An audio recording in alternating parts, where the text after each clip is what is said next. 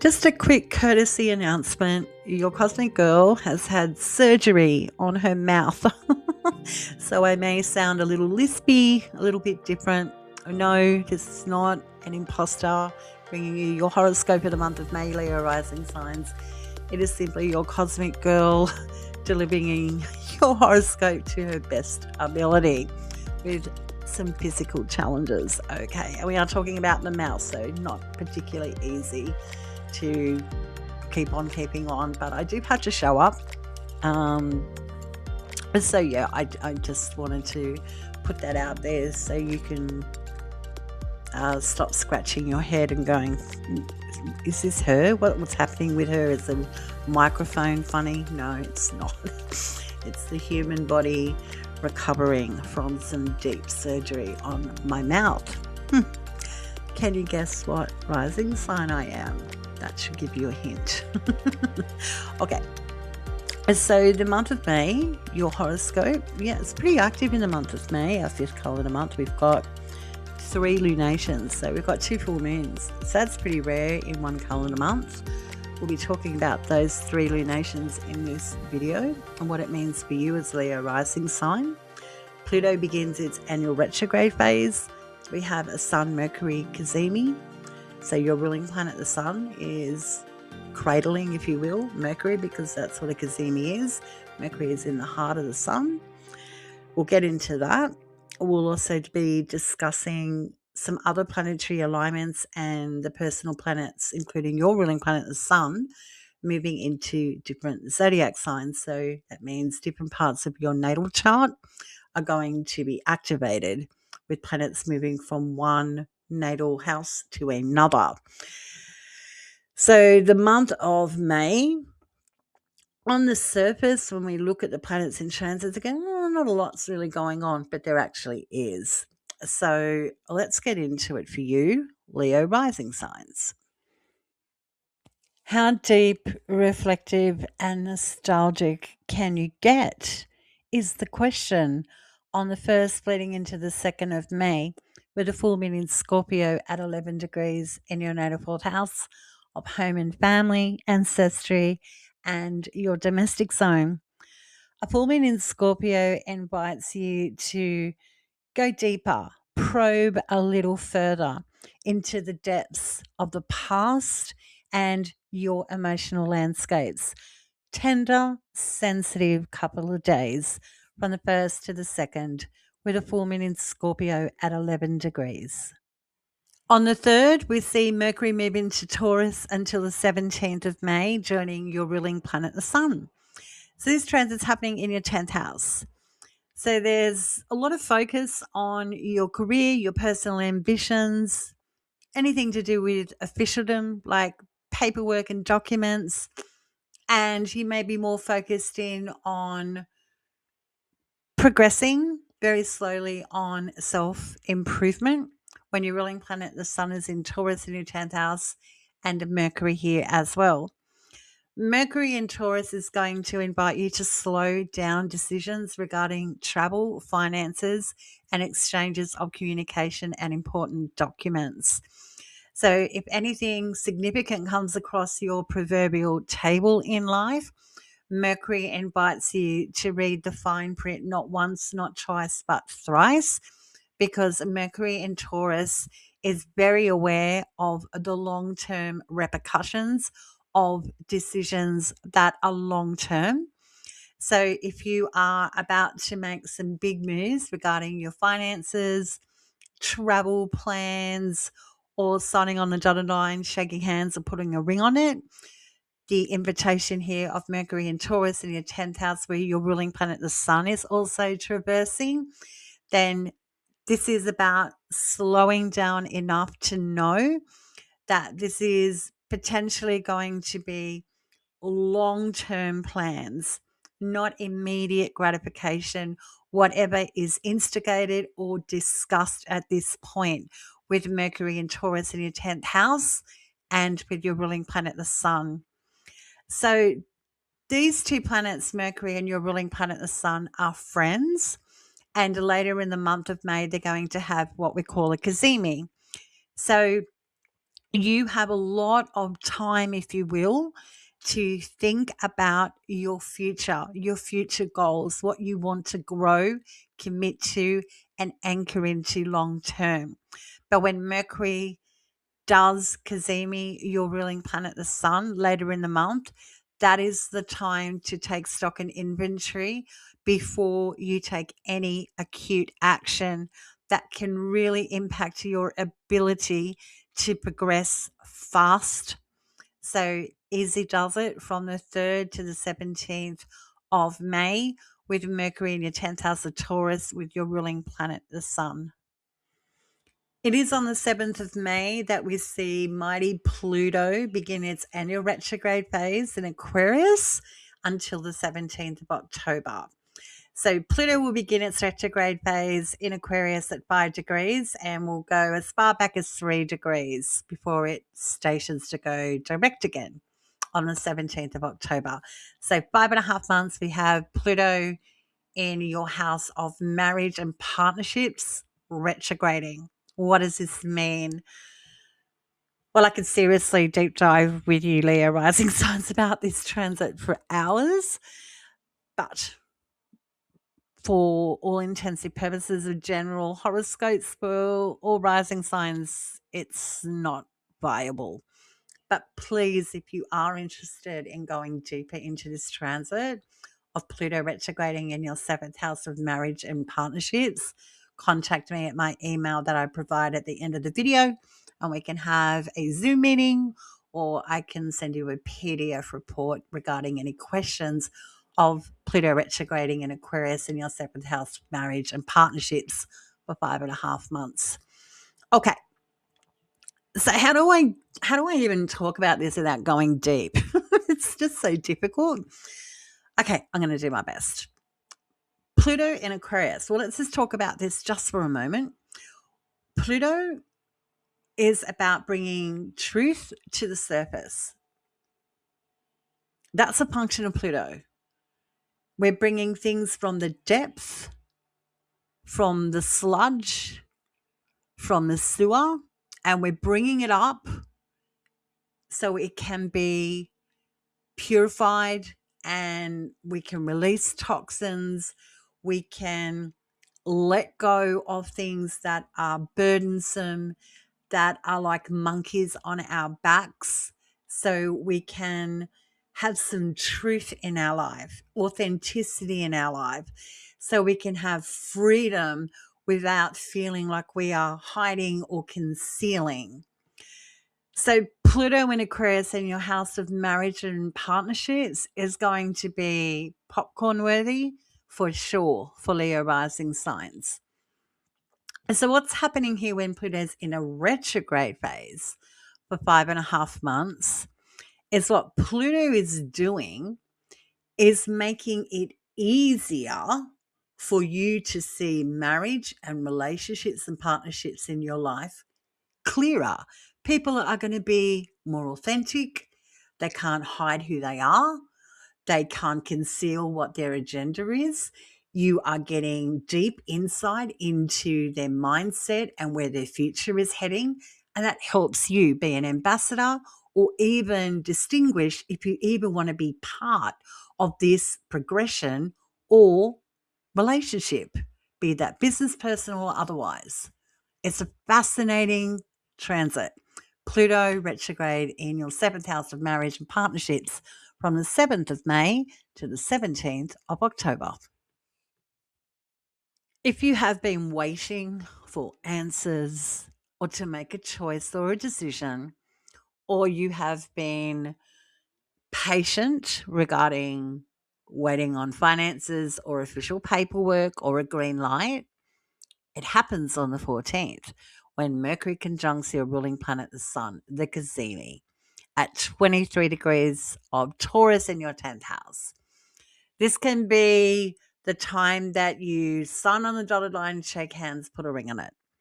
Things are starting to come into focus for you clearly about your future direction, your personal agenda on the 14th.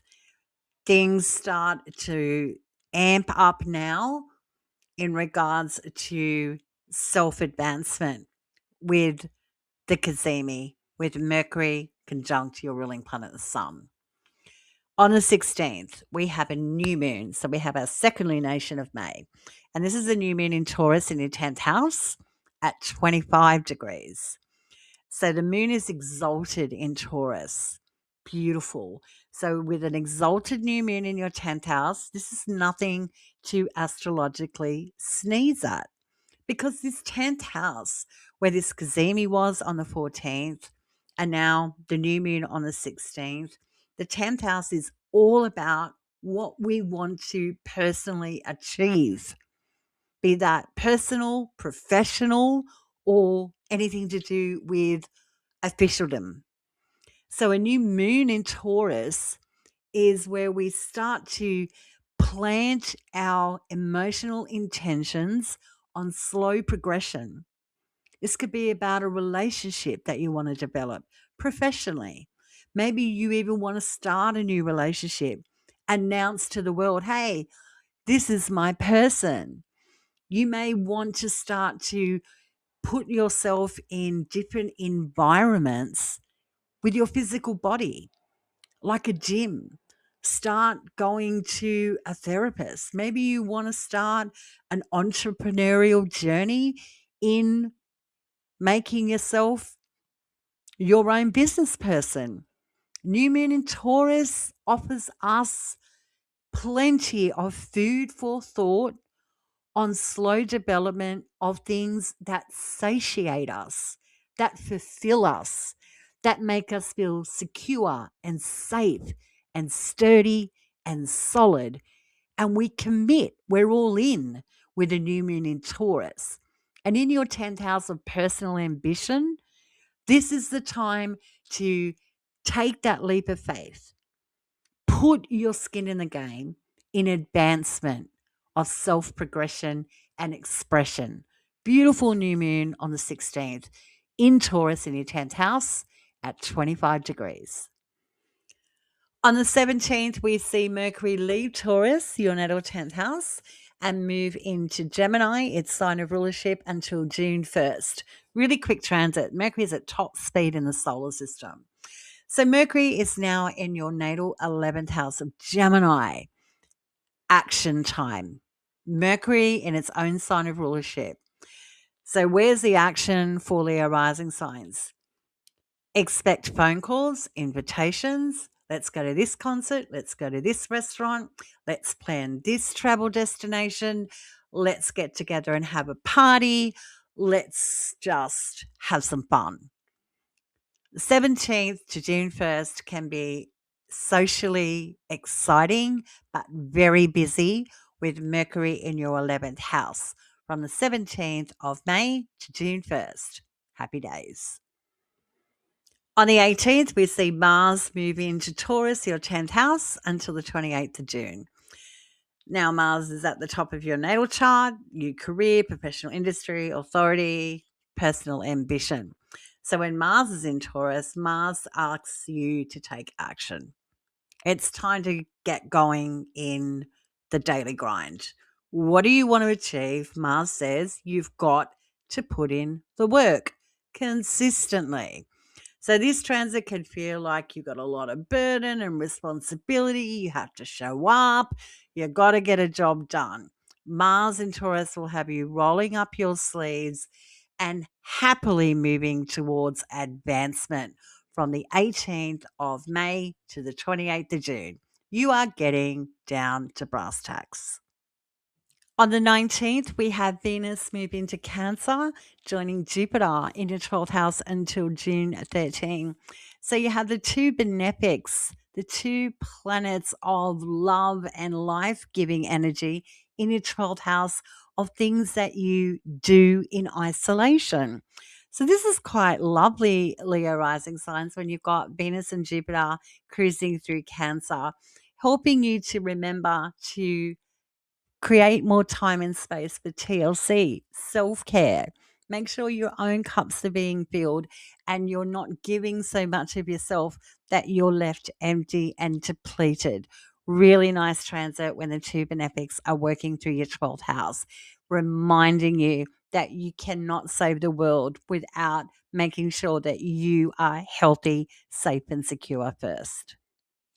Your ruling planet, the sun, now on the 21st of May for 4 weeks, shifts into Gemini. Okay, now when your ruling planet, the sun, is in Gemini, this transit can feel very splintering. Gemini is about diversity and variety, it's about flexibility, adaptation. Gemini is very changeable.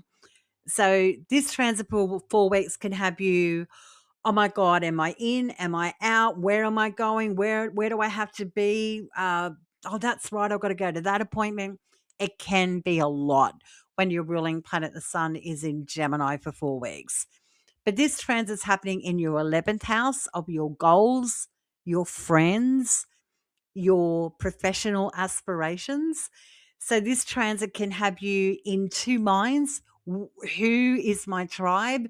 Do I really want to put time and effort in that job? Do I really want that goal? Am I really going for that? So it can get a little bit chaotic mentally with this transit of your ruling planet, the sun, in Gemini for 4 weeks. The positive spin of this is there's so much food on the table for you to choose and engage with at your free will. So slow down as much as you can before you commit to something that is going to take up more energy or attention than you may have the ability to commit to, especially when it comes to goals or friends and friends' demands and your career aspirations. Really interesting transit, but can be a lot because Gemini is all over the place. So you may find yourself in two places at once. You're sort of split from one community to another. It's that kind of transit, and it can be a little bit mentally frazzling, but you certainly won't be bored. That's for sure. When your ruling planet, the sun, is in Gemini, your 11th house, for 4 weeks from the 21st of May. On the 22nd, we see your ruling planet, the sun, conjunct Uranus in Gemini at 1 degree in your 11th house of friends, dreams and goals, and professional aspirations. Wow. Sun conjunct Uranus, anything goes kind of day on the 22nd. I would not plan anything solid on this day because Uranus is really unpredictable and things could go awry pretty quickly. But if you have anything that you have locked in, just have a flexible mind and mindset on the 22nd because the Sun conjunct Uranus is all about sudden left turns and unpredictable events. Big day on the 22nd for Leo rising signs. On the 26th, we have the Sun trine retrograde Pluto. So your ruling planet, the Sun, in Gemini is connecting beautifully with retrograde Pluto in your seventh house of marriage and relationships. This can be really nice for reconnecting with people from the past, going down memory lane with significant relationships in your life. I think of things like reunions on the 26th with the Sun trine retrograde Pluto, or finally reconnecting with people that have been shelved because they've been so busy. The Sun trine retrograde Pluto is a day where you go, come on, let's get together. But Mars is also squaring retrograde Pluto, which means that maybe you have important demands at the same time, like you have to go to work, you have to do the official things that are necessary when it comes to your career or your personal ambitions. So it could be like, I really want to go and play and hang with my person, but I also have to get a job done. So it's sort of like a push pull day on the 26th with these planetary alignments. So good luck with it. On the 31st, we end the month with our second full moon. So it's our third lunation of May. And this full moon is in Sagittarius at 9 degrees in your fifth house of joy and pleasure. Yummy. Okay, Leo rising signs, a full moon in Sagittarius. So we are expressing and experiencing an understanding of what really does float our boats. We are not holding back on conveying with the self and or with others on what ticks our boxes, what satiates us, what excites us. So this full moon is great for a DM with you and a significant other. The full moon in Sagittarius can also invite you to take a risk. Sagittarius is all about let's have some fun, let's get a bit risky. So you may find yourself doing something out of the blue, uh, experiencing an environment that is a little bit different or not your usual. And you may have so much fun that you go, oh my gosh, I don't believe that I really enjoyed that. I think of things like skydiving or going to a basketball game, or maybe even getting deep into expressing your views about a book that you've read or something that you have had a lot of experience with, and you let it all out and express it to other people what you've learned. It's an exciting way to end the month of May with a full moon in your fifth house of Sagittarius, of things that make you feel all warm and fuzzy. Enjoy the 31st of May. Go out and have some fun, Leo rising signs. Thanks for tuning into your horoscope for the month of May 2026, Leo rising signs of the zodiac. It's been a pleasure delivering your horoscope to you. If you'd like to work one on one with your cosmic girl, I can be contacted at the email being cosmicgirl101 at protonmail.com. Till next time, remember, stay cosmic.